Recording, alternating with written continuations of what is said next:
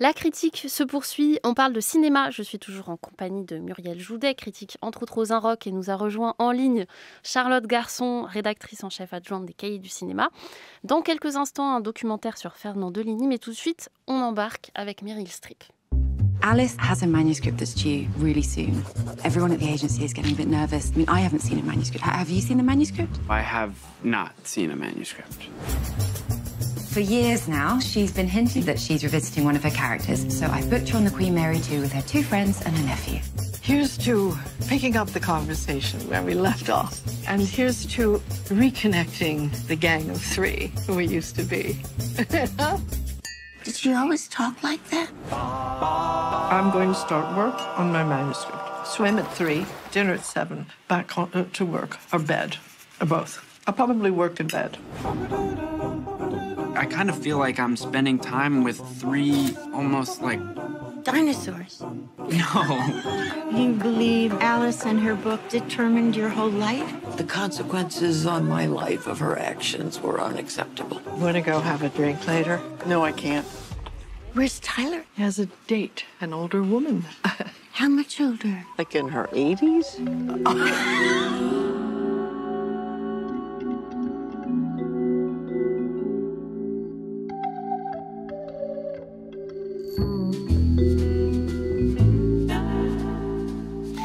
Alice Hughes est écrivain. Elle a publié plusieurs romans à succès et ses éditeurs s'inquiètent de la sortie du prochain. Ils l'envoient recevoir un prix en Grande-Bretagne. Seulement voilà, Alice le déclare d'emblée, elle ne prendra pas l'avion. Qu'à cela ne tienne, la voilà bien installée dans le luxe du Queen Mary 2 avec des proches qu'elle a choisis. Son jeune neveu Tyler et ses 2 amis de jeunesse depuis longtemps perdus de vue, Roberta et Suzanne. Sur le bateau s'est embarquée en cachette sa jeune agente, mais aussi un mystérieux homme qui semble suivre Alice de très près.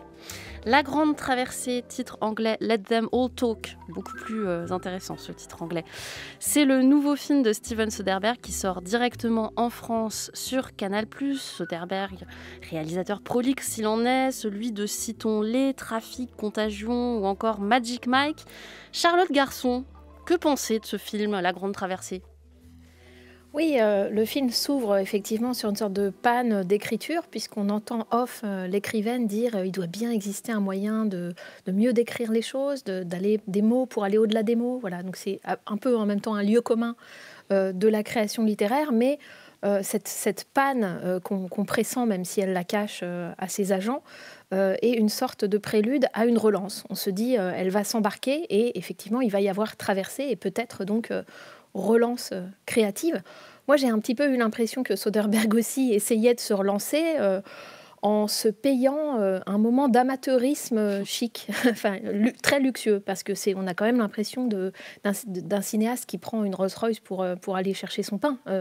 En tout cas, ça m'a mise assez mal à l'aise, les plans sur le paquebot. J'ai vraiment eu l'impression de quelque chose, d'un placement de marque très, très, très, très pesant. Mais il me semble que c'est le programme du film que d'essayer de dépecer, de dépouiller tout ce luxe, tout cet argent, parce que cette écrivaine est phagocytée par l'argent, pas tellement l'argent qu'elle a, que l'argent qu'elle peut produire. C'est vraiment la vache à lait des agents.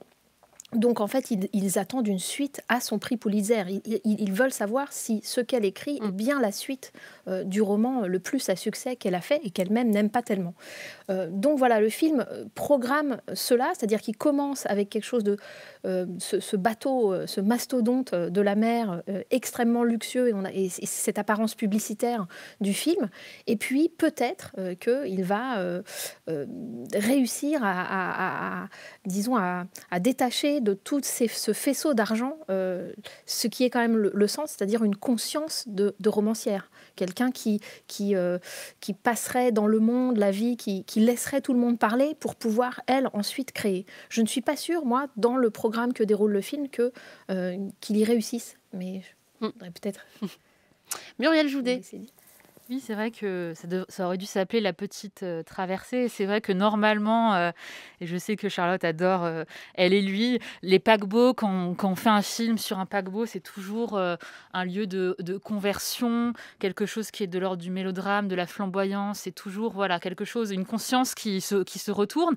Et là, c'est tout le contraire. On a cette impression, et je dis ça vraiment sans mépris, de maisons de retraite flottantes, de temps sans qualité. On est vraiment du côté vraiment je pense par exemple au 5h17 pour Paris de Clint Eastwood, des cinéastes qui commencent à s'intéresser à ces voyages sans qualité, au côté vraiment tourisme de masse, qui moi m'a charmé au début. Je me suis dit, j'ai vraiment envie de voir ça m'intéresse, cette insignifiance comme ça, cette trivialité, mais qui est aussi quelque part la métaphore du cinéma de Soderbergh, pour qui j'ai une sorte de sympathie qui varie en fonction des films, mais j'aime beaucoup le geste de sa filmographie. Il tourne vite, il fait beaucoup de films, il a une capacité à se réinventer, il est un peu intraçable, il n'a pas ce truc de surmoi d'auteur. On ne sent pas qu'il fait une œuvre, il fait des films, et ces films ne se ressemblent pas, et parfois ça tombe du bon côté, parfois ça tombe du mauvais côté. Là, j'ai quand même l'impression que ça tombe du très mauvais côté, et c'est d'autant plus frustrant que je me réjouissais quand même de voir 3 actrices de 70 ans,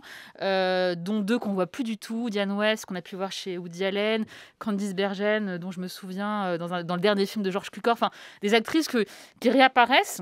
Et d'ailleurs, il y a une tension entre la grande star Meryl Streep et les 2 autres. Il y a une sorte de lutte des classes qui se met en branle entre Meryl Streep qui est encore en activité, et 2 autres qui ont disparu.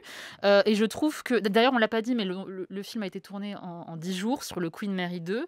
Et j'ai lu improvisé à 70%. Alors, je ne sais pas ce que ça veut dire, mais j'ai lu ça. On a un petit peu de mal à y croire. Oui, c'est quand même très construit cette affaire. Ou alors l'improvisation est à mettre sur le compte du côté complètement bâclé, c'est-à-dire qu'on est vraiment dans le vite fait, mal fait.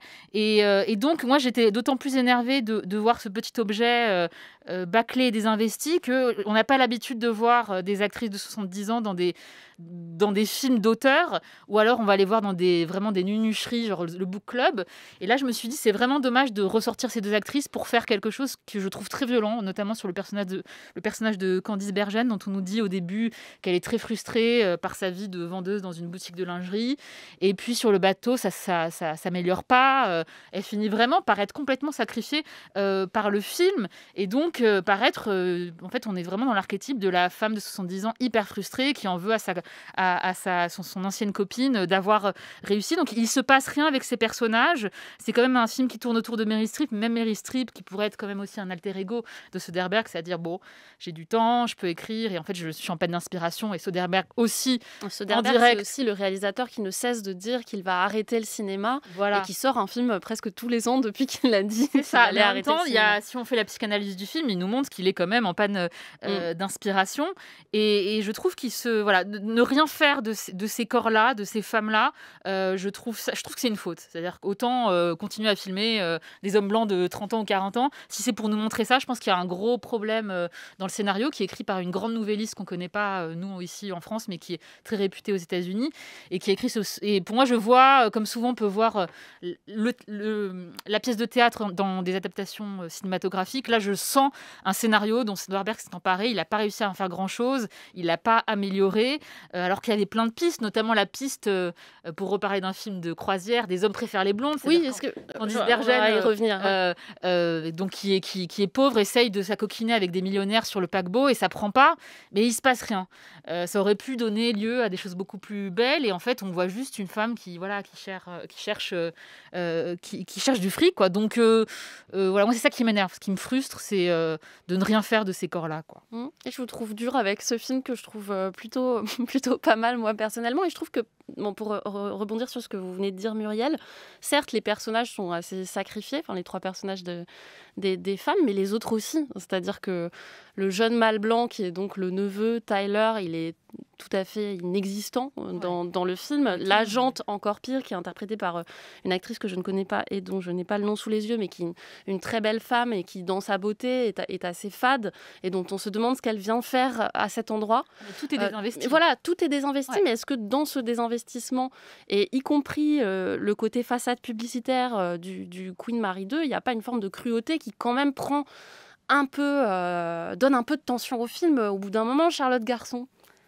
Vous essayez de m'appeler à la rescousse, je vois bien, mais je suis d'accord sur une forme de mollesse. C'est-à-dire que quand même, on se rattache au jeu des 3 actrices. Moi, je les trouve les 3 plutôt bonnes, et Diane Wiest en particulier, son personnage est plutôt intéressant parce que c'est une ancienne hippie dont on voit qu'il lui reste une espèce de conscience sociale. Elle aide des criminels, des femmes prisonnières, et puis elle a une verdeur de langage et un hédonisme, voilà, qui affleure dans la conversation qu'elle a avec Roberta, donc jouée par Candice Bergen. Et Candice Bergen est aussi intéressante, y compris quand on pense au rôle qu'elle avait dans le dernier film, effectivement, de Cukor, Riches et célèbres.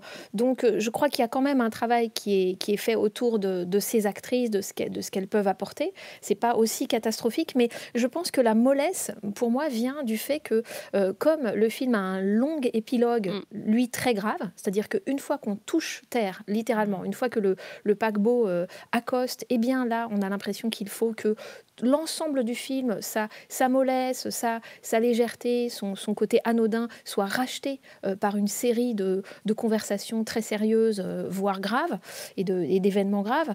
Eh bien, en fait, je trouve que c'est ça qui ne marche pas. C'est-à-dire que c'est cette opération d'écriture de dire on va jouer les amateurs, on va glisser, et puis au dernier moment, on va ressaisir tout. En fait, ce coup de poker ne fonctionne pas. Et je dirais, pourquoi ne fonctionne-t-il pas ? Parce que, justement, la comédie n'a pas suffisamment marché auparavant. C'est-à-dire que je pense qu'il aurait dû être effectivement plutôt sur un mode Howard Hawks, les hommes préfèrent les blondes sur un bateau, quitte à mettre en scène effectivement une gold digger, une croqueuse de diamants en la personne alors un peu âgée certes, mais quand même tout à fait crédible en la personne de Candice Bergen. Et finalement, effectivement, ce qu'il ne fait pas, je ne dis pas qu'il ne se passe rien, je ne dirais pas cela pour ces personnages, mais ce qui ne se passe pas, c'est une vraie comédie.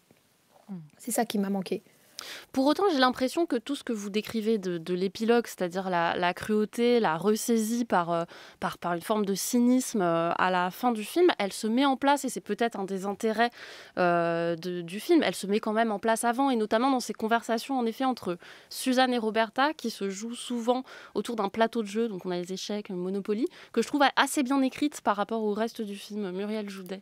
Ouais, ça m'a frustrée. Je me suis dit, enfin, on va avoir le face-à-face. Ouais, des conversations entre le côté thèse de Bechdel, de femmes qui discutent ensemble. Et je trouve que c'est peut-être là que, à mon avis, l'improvisation se sent. Enfin, je parlerai plus de backlash, mais c'est vrai que je suis d'accord avec Charlotte sur le côté. Il y a une trahison à la fin, et c'est là que je sens le scénario écrit et bouclé et verrouillé à la fin. Trahison de la mollesse de toute la première partie, et j'aurais voulu peut-être une sorte de happy end où Bergène trouve l'amour, ou quelque chose qui ne trahit pas tout le premier mouvement du film, et qui est pour moi de l'ordre vraiment de... Mais je dis ça, et ça m'intéresse, presque c'est de la musique d'ascenseur, mais presque cinématographique, quoi. On est vraiment... il se passe rien, ça se répète. Quand même. Enfin, c'est une musique... Elle est grinçante, cette musique. Enfin, toutes les pistes, justement, du côté de la comédie, donc cette femme qui essaye de ferrer le bon poisson sur le paquebot, il y a une espèce aussi de début de romance entre les deux jeunes personnages, tout ça échoue en permanence, et à force, ça crée, je trouve, une forme de tension. Moi, je trouve que ça se regarde être grinçant, il y a un côté portrait sans concession et tout ça, qui en fait ne m'intéresse pas du tout, et ouais, je sais pas, je trouve que tout est trop... Il n'y a personne qui existe, il n'y a personne qui émerge. C'est le film de trop. On sent que... Aussi, il faut soupçonner parfois que les cinéastes font des films pour partir en vacances. Il y a 2-3 films comme ça où je me dis, tiens, là, ça sent un peu la croisière gratos. D'ailleurs, au début, c'est dit qu'on offre à Meryl Streep la croisière. Et c'est peut-être... moi, je sens ça, presque le film de vacances de, bon, allez, on va partir, et puis... Sur le trajet, on va faire un film. Je sens ça un peu dans le film. Pour autant, le bateau n'est pas nécessairement un endroit dont ça fait pas rêver. Enfin, non. Le côté publicitaire, pour le coup, dont vous parliez, Charlotte Garçon, moi, je le vois pas du tout. Vraiment que c'est assez atroce. Cet espace qui est à la fois immense et bourré de couloirs. Il y a un moment donné où Meryl Streep se perd, et où un des personnages qui fait partie du personnel du bateau la raccompagne un peu de force. On a vraiment l'impression qu'on est complètement enfermé, et qu'il y a des espaces auxquels on n'a pas le droit d'accéder. Je trouve ça plutôt angoissant, moi. Charlotte Garçon. Alors, comme par hasard, le livre à succès, le prix Pulitzer de cet écrivain s'appelle You Always, You Never. Donc, toi toujours, toi jamais. Et j'ai l'impression que effectivement, c'est la question de l'autre, comme quelqu'un qui serait véritablement autre, qui n'est pas posé, quoi. Donc, de même que finalement, il n'y a pas de dehors du bateau, il n'y a pas de dehors du jeu. Hein. Vous disiez que les séquences dans lesquelles, enfin, une parole entre les deux femmes peut s'exprimer, elle se joue au Scrabble, elle se joue aux échecs, etc. Et je pense que Soderbergh, malheureusement, est pris... c'est un petit maître parce qu'il reste dans le périmètre d'un jeu. Et voilà, il manque un dehors, il manque quelque chose qui trouerait tout cela. Le jeu fonctionne très bien. Le jeu, c'est quelque chose de bien huilé dans les limites des règles qu'on a posées au départ. Et lui, il les a posées avec ce programme, à savoir, est-ce qu'elle va réussir à être authentique, à trouver ce qui en elle peut lui faire écrire quelque chose d'authentique et non pas peut-être juste voler des récits de vie autour d'elle. Il me semble que lui-même est pris effectivement prisonnier à la fois de ce bateau et de cette absence de véritable altérité. La Grande Traversée, titre anglais Let Them All Talk de Steven Soderbergh, est sorti directement sur Canal+ et sur sa plateforme MyCanal. France Culture, la critique, Lucille Como. On glisse doucement vers la forme documentaire puisqu'on va parler dans quelques instants de Monsieur Deligny, Vagabond efficace, un film de Richard Coppens. Tout de suite, un coup de cœur de vous, Charlotte Garçon, pour un autre documentaire, Green Boys, d'Ariane Doublet. Oui, c'est un documentaire qui a dû sortir en VOD pendant le confinement de 2020 et qui avait moi, éclairé vraiment mon confinement. Il commence de manière très printanière, très verte, très aérée. Et on est en Pays de Caux, près de Vatetot-sur-Mer. C'est là où vit la cinéaste Ariane Doublet, qui depuis une trentaine d'années fait des documentaires dans cette région. Si vous avez peut-être vu La pluie et le beau temps, ou voilà, enfin, les sucriers de Colleville aussi. C'est aussi d'ailleurs la région, le village exactement de Pierre Creton, autre documentariste dont Ariane Doublet a été la monteuse. Et donc dans ces lieux, ce vallon très vert au bord de la mer, on voit deux adolescents, un petit et un grand, l'un qui a 13 ans, qui s'appelle Luca, et l'autre 17 ans, Alassane. Et on les voit tout simplement se retrouver de temps en temps dans cette sorte de pré en hauteur, à l'écart visiblement de toute civilisation, et jouer au foot, grimper aux arbres, voilà, parler, prendre le goûter, enfin des choses très, très simples. Et puis ils commencent à construire une cabane. Et là, c'est quelque chose il y a une espèce de choc à l'intérieur de ce documentaire assez discret dans ses effets. C'est que il parle assez peu, c'est très pur comme ça. Et puis, il rencontre des gens qui passent, mais qui passent rarement. Donc, il y a un côté très Robinsonade. Et tout à coup, dans une ellipse, on passe à l'été, la lumière devient plus violente et on commence à entendre, en voix off, en malinqué, le récit d'Alassane qui raconte en fait son exil, qui raconte comment il est arrivé en France, comment il a été d'abord, il a traversé évidemment la mer, il a été ensuite emprisonné en Libye et puis il a été retenu dans une espèce de camp fermé en Sardaigne et ensuite il a erré un peu au Havre parce que c'est le bout d'une ligne SNCF, avant d'être accueilli par des associatifs, et d'ailleurs dont la cinéaste, même si ça n'est pas mentionné qui est une militante, enfin, qui est très active de ce point de vue. Oui, alors c'est intéressant parce qu'elle est complètement active, elle a cofondé une association dans son village, avec d'ailleurs, je crois aussi Pierre Creton, et ils accueillent des mineurs émigrés, mais ce qu'il y a, c'est que le film lui-même, c'est vraiment une façon oblique de raconter tout cela, c'est-à-dire il ne s'agit jamais de réduire Alassane à ce qu'il a vécu à son exil, même si c'est évidemment une période assez traumatisante, de même que lui, dans le film, on voit qu'il fait attention à ne pas accabler le petit garçon Luca avec ses histoires violentes. Il ne les lui raconte pas.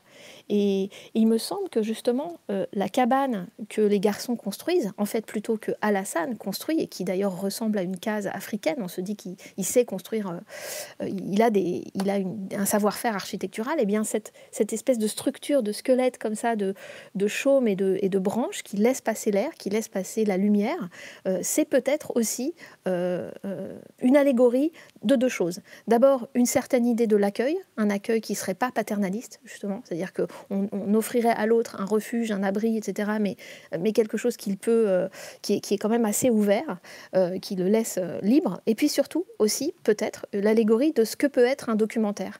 Un documentaire à la fois très mis en scène, elle a sans doute proposé des situations aux garçons, et en même temps très ouvert, qui laisse de l'air autour du cadre, qui travaille avec le hors-champ, et qui surtout ne plaque pas un discours militant sur tout simplement des moments de vie. Donc, et puis les récits d'Alassane lui-même. Donc ça, je trouve ça assez beau qu'un film aussi modeste arrive quand même à donner une sorte de traité documentaire et de traité de la forme documentaire. Green Boys d'Ariane Doublé, le film est disponible en VOD sur plusieurs plateformes, Arte notamment, et il est sorti en DVD. France Culture, la critique, Lucille Como. Concluons cette critique avec un autre film documentaire, celui consacré par Richard Coppens à Fernand Deligny. Le film s'appelle Monsieur Deligny, vagabond efficace, et il est sorti en DVD chez Shellac. Alors Fernand Deligny, né en 1913, fut un temps instituteur à l'asile d'Armentières, où il découvre la manière dont l'institution traite les enfants qu'elle juge indésirables, handicapés, autistes, délinquants récidivistes. Après la guerre, il est à l'origine de plusieurs initiatives éducatives spécialisées, notamment la Grande Cordée, à propos desquelles il a laissé de nombreux écrits, quelques photographies, des films et aussi une correspondance avec François Truffaut. À François Truffaut. Je me dis qu'un de ces jours, il va falloir s'y mettre à ce film-là. Pour que tout un chacun y lise qu'un enfant fou n'est pas à mettre au rebut et que nous avons bien besoin de ce qu'il peut nous révéler. Nous y étions là, proches, attentifs, étonnés, inquiets, émus. Il faut bien comprendre que notre position ici est de vivre proche d'enfants mutiques, d'essayer de faire une brèche concrète dans ce qu'une société propose pour ces enfants-là. Oui, votre fils qui se massacre, on ne peut pas supporter de voir son enfant comme ça. C'est là qu'on a été voir M. Deligny. Il a compris tout de suite, lui. Il m'a dit les médicaments, vous les gardez en souvenir si vous voulez. Il dit, moi je lui en donne pas. Quand il me parlait, il employait ce terme, c'est une initiative populaire. On les a traités de caractériels, de déficients, de malades, de déchets. Avec la caméra, le monde les regarde, le monde des autres qui n'avaient rien à faire d'eux, et seront tout à l'heure les témoins de ce qu'ils font chaque jour. Le film du producteur et réalisateur Richard Coppens met en scène archives, textes, dessins, cartes et témoignages pour faire vivre la figure de Richard Deligny qu'il a fréquenté lui-même et avec lequel il a fait du cinéma. Muriel Joudet.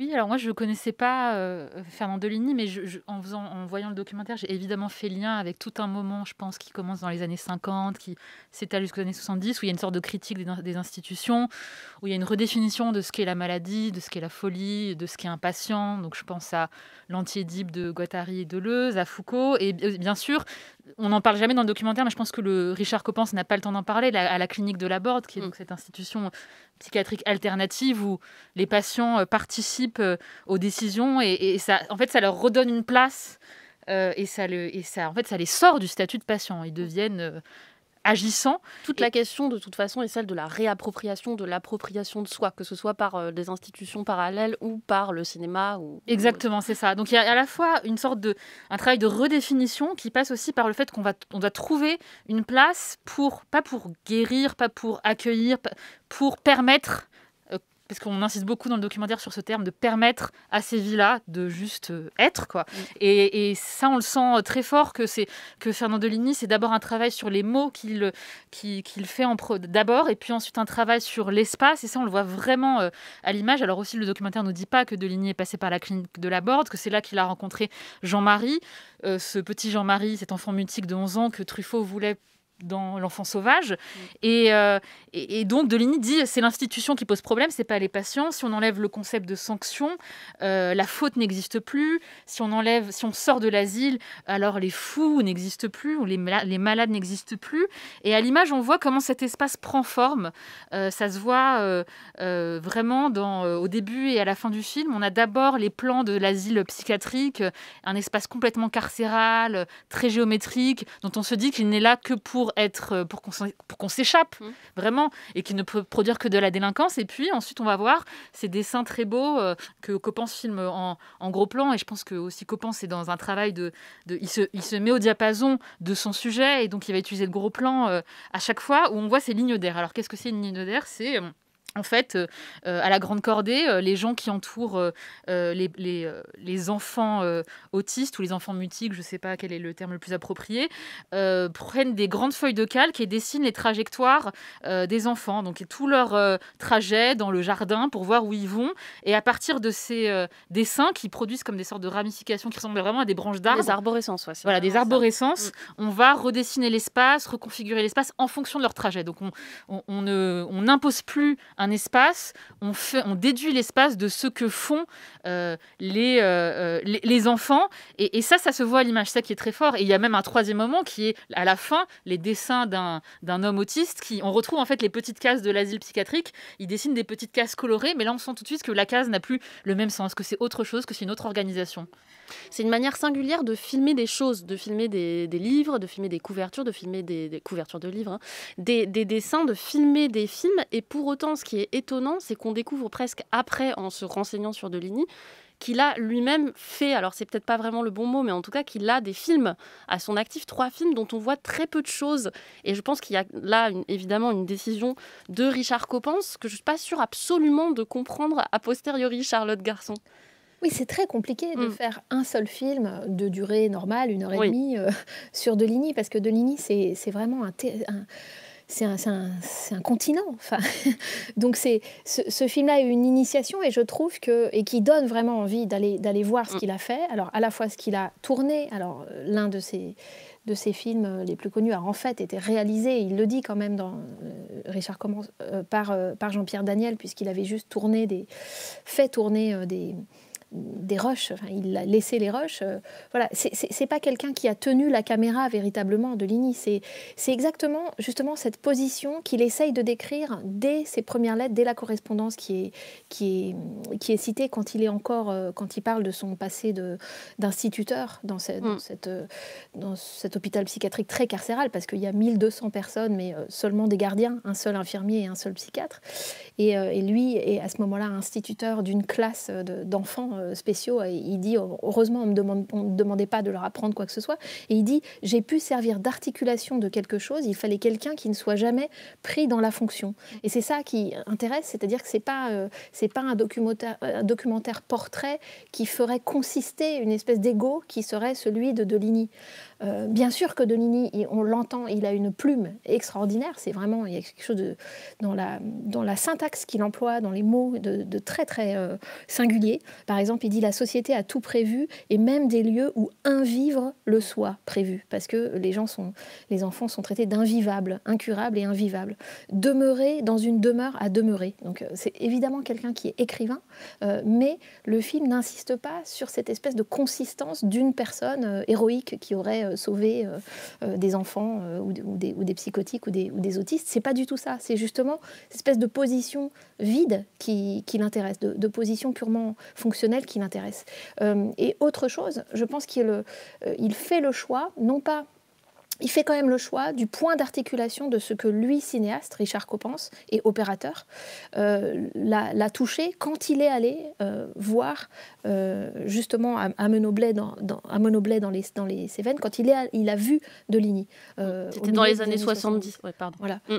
Donc en fait, c'est un film doublement de l'après-coup, parce que de même que Deligny dit dans les années 50, il dit mais en fait au début, quelques mois après les avoir quittés, ces premiers enfants avec qui j'ai travaillé, mais j'ai eu envie de les décrire, c'est-à-dire qu'il a été instituteur, ensuite il est passé à autre chose, et puis il s'est dit ça reste, quelque chose restait, et c'est là où véritablement il a cette espèce de vocation qui vient.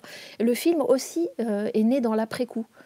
De ce milieu des années 70, où Richard Coppens a été témoin de cette vie, de ce mode de vie, de ces aires de vie, alors cette fois-ci AIRES, et puis après coup, il se dit qu'est-ce qu'il peut en faire. Et donc je trouve ça assez, non pas virtuose, mais quand même très bien pensé dans la façon d'agencer ses propres souvenirs, la vie qui continue dans ce lieu, puisqu'il y a des survivants à cette aventure, et en même temps toutes les archives de Deligny, ses écrits, tout son travail de cinéaste. Bien sûr, ça ne peut pas tenir dans un film.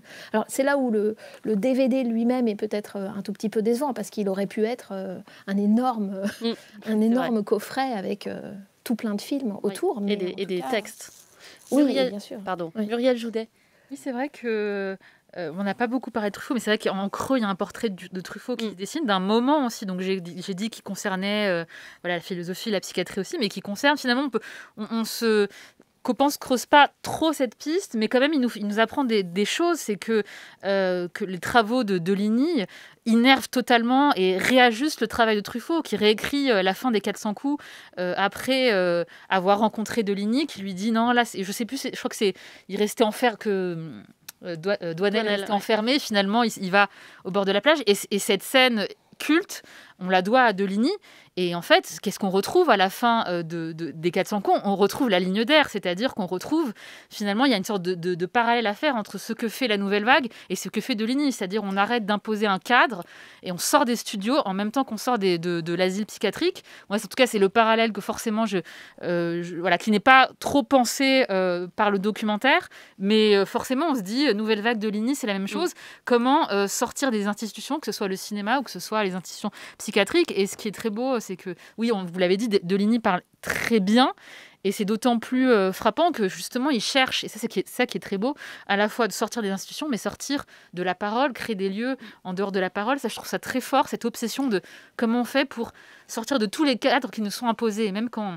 Je crois que c'est Simone Veil qui voit un de ses deux documentaires et qui veut lui proposer une sorte de statut, et il n'en veut pas parce qu'il se dit non, moi, tout le génie de son geste, toute la beauté de son geste consiste à dire moi je dois continuer comme une ligne d'air, je dois pas être quadrillé, et forcément ce geste-là qui consiste à dire l'autodidaxie, l'improvisation, le temps qu'on se donne, tout ça ne peut pas exister dans une institution, et forcément moi ça me fait penser à la Nouvelle Vague.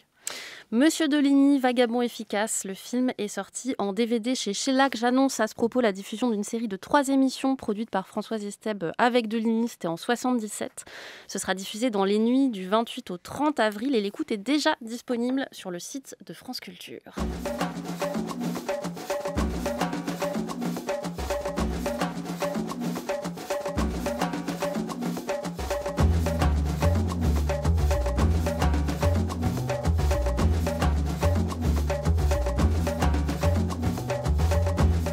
La critique, c'est fini pour aujourd'hui. Merci beaucoup à vous, Charlotte Garçon. Merci, Muriel Joudet, à la préparation de l'émission. C'est Taïssa Touendoy, Boris Pinault et Romain de Bec-de-Lièvre à la réalisation Perret Legras et à la technique aujourd'hui, Nasser Moussaoui. Vous pouvez réécouter l'émission en vous rendant sur le site de France Culture. Vous pouvez également vous abonner au podcast de la critique sur l'application Radio France.